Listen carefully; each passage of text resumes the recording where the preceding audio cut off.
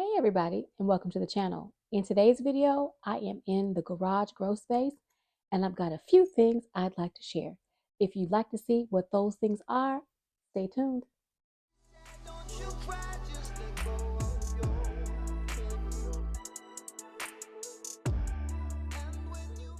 If you watch my last video, you'll know that I have been to Tractor Supply.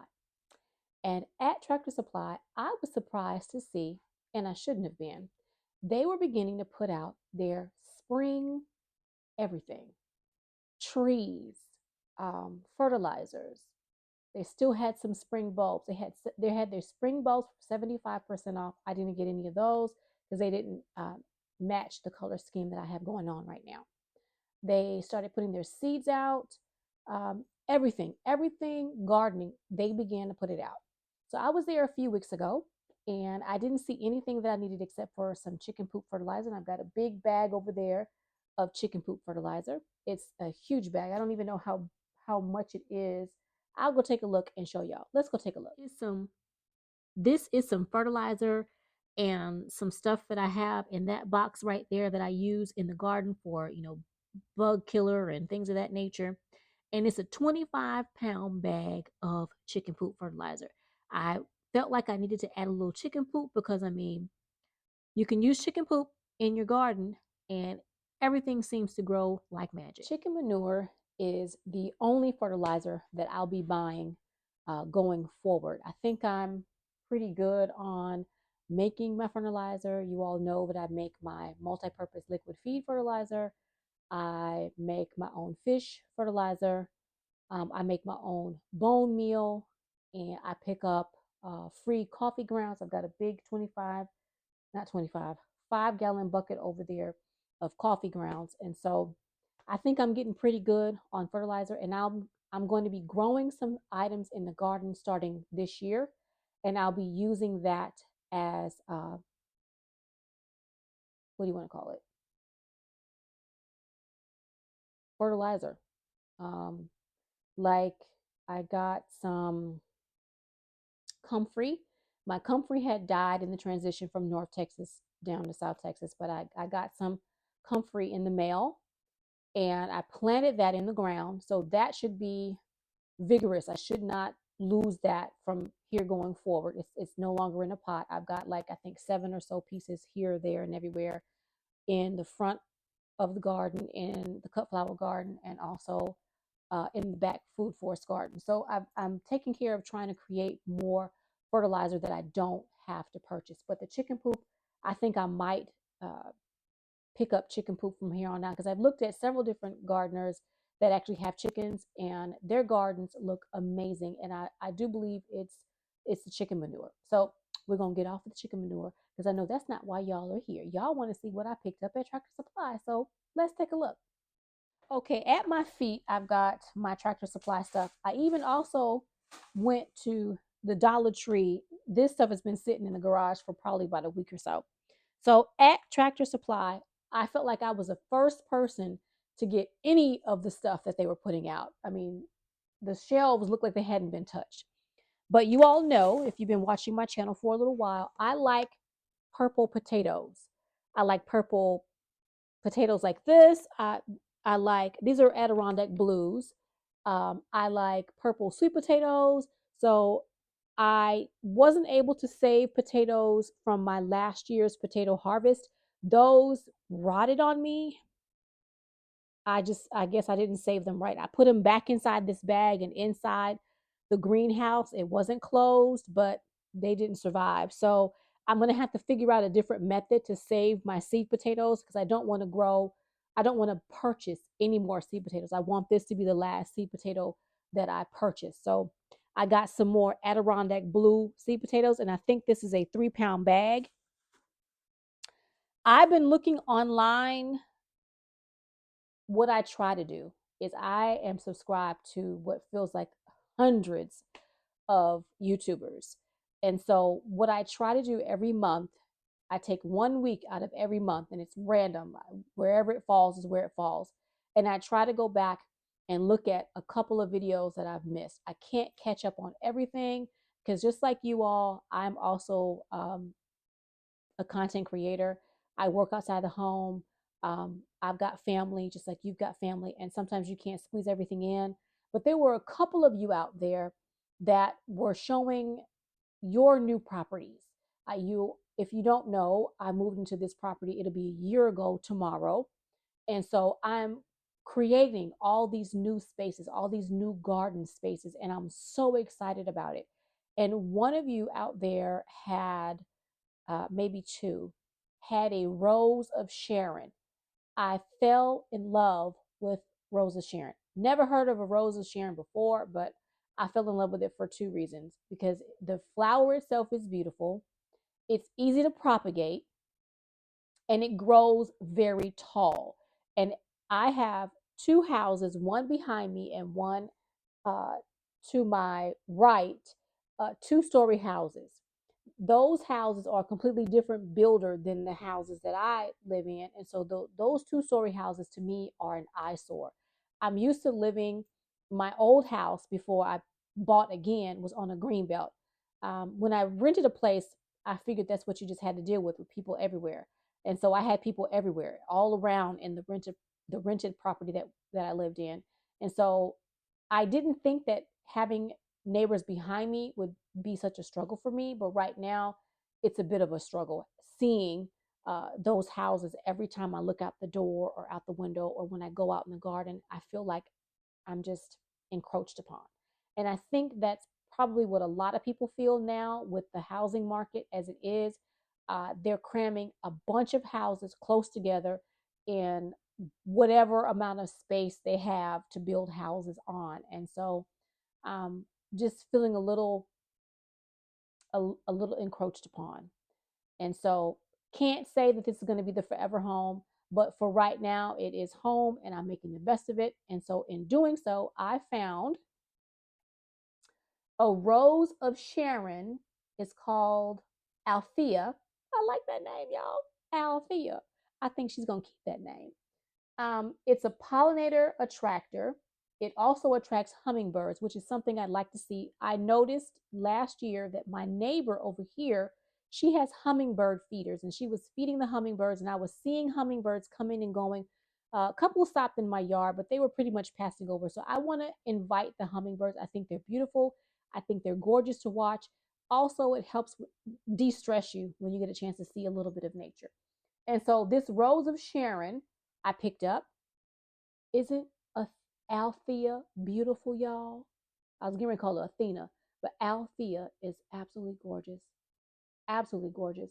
And so I'm going to look at what I need to do. Oh, no, I can actually plant her outdoors right now. As I'm looking, it says from January through May, I can plant her outside. And I don't know if you all watched a couple videos back. I've been creating some more gardening spaces. I have three more 30-gallon pots. I'm only using two of them. And I have four more 15-gallon pots, and I put one of those out. I've already ordered some climbers online. They will come probably in March.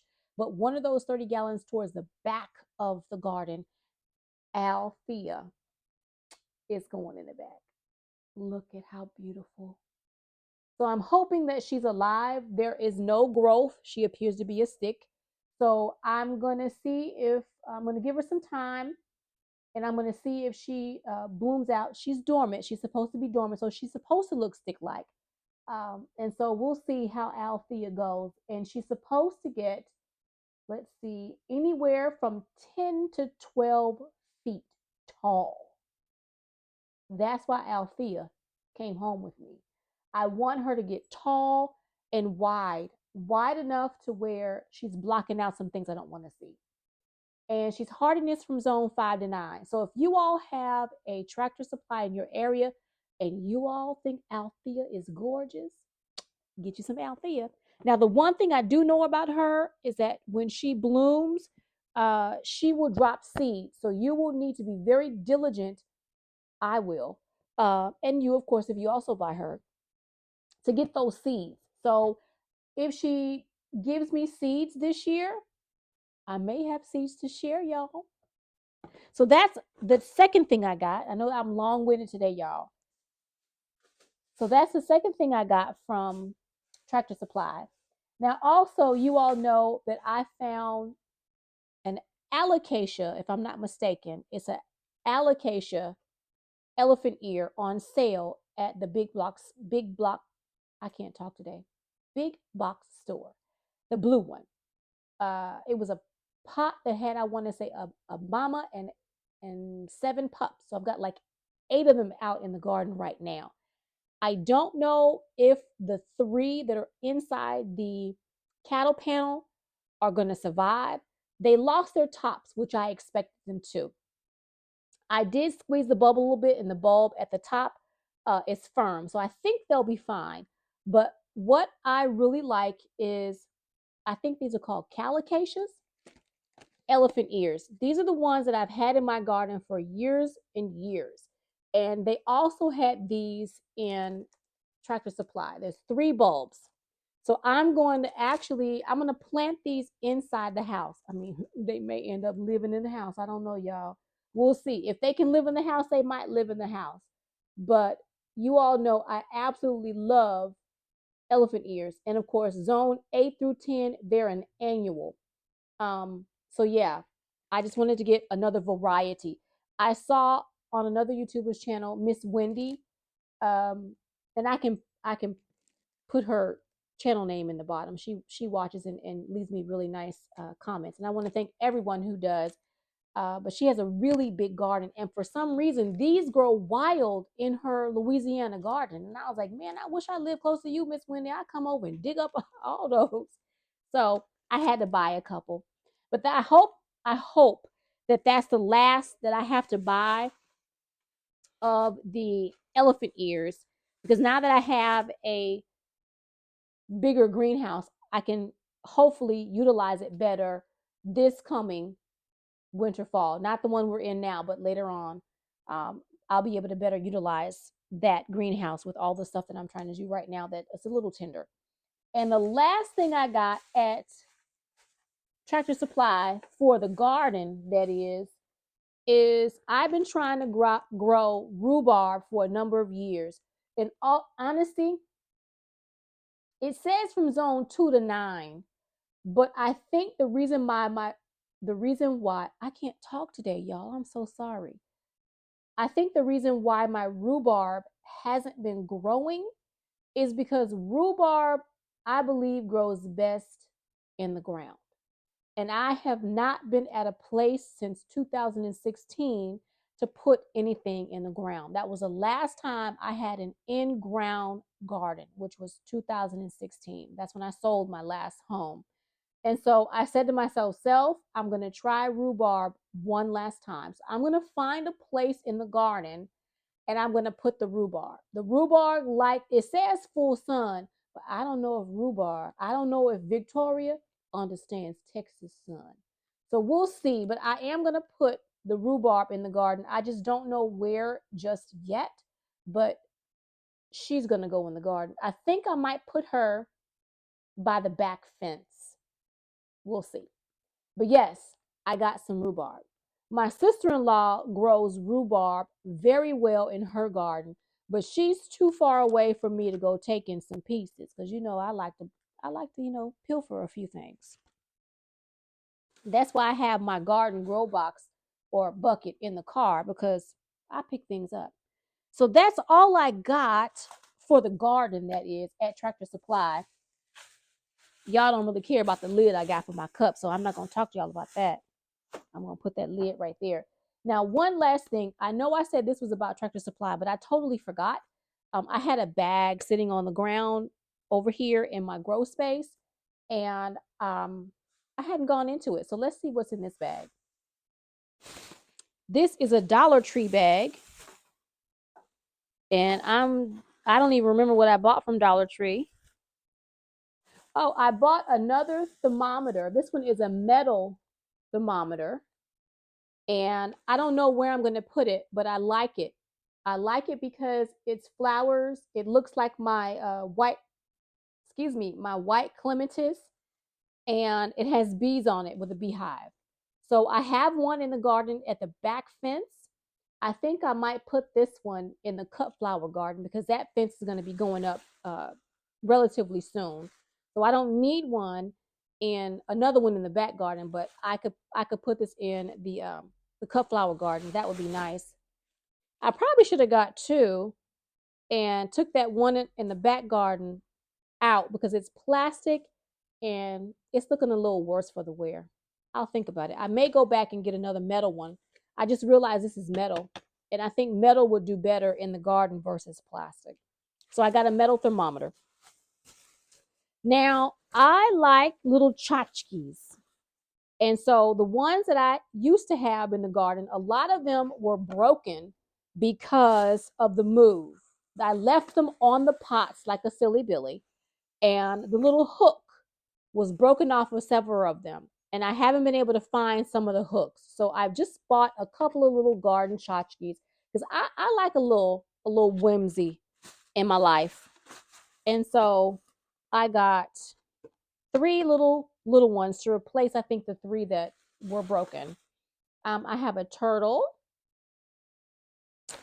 and of course, I have to have a frog. I have a thing about frogs. And I also got another little Nomeo. Y'all know I like little Nomeos. And so that's what I got from the dollar store. I thought I got more stuff, but I guess I didn't.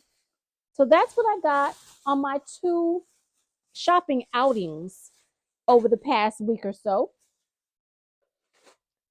And that's about it for me today, everybody. I hope you all like this little rambly